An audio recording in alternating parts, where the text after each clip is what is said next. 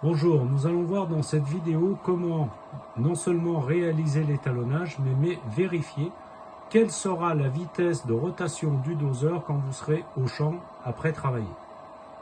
Donc tout d'abord, on va réaliser l'étalonnage. Rien de nouveau, vous savez tous faire ça. On va dans étalonnage, épandage. Pour la vidéo, j'ai mis 40 tours minutes. Et je vais lui demander de faire 10 tours.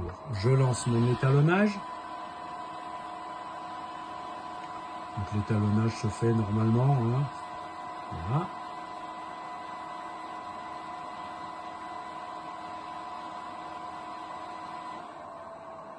Donc comme d'habitude, ici mon carré est blanc.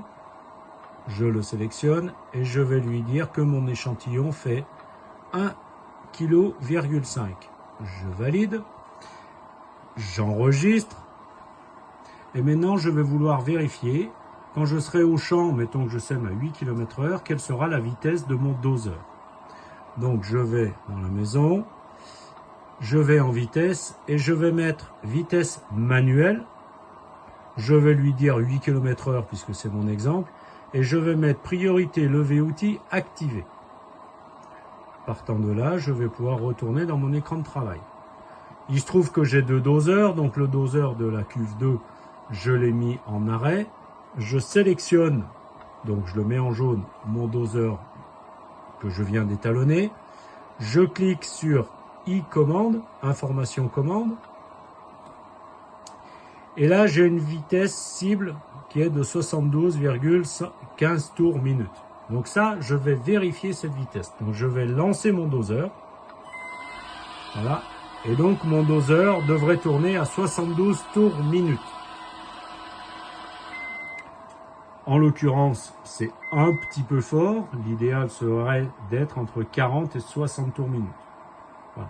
Donc ça nécessite de rouvrir légèrement mon doseur et de refaire un étalonnage.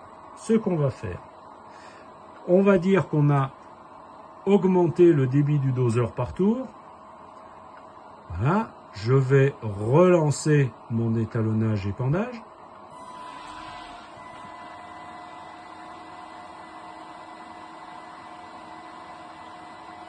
Donc là, j'ai un nouveau étalonnage qui est en train de se faire avec un nouveau réglage du doseur ou avec un autre doseur.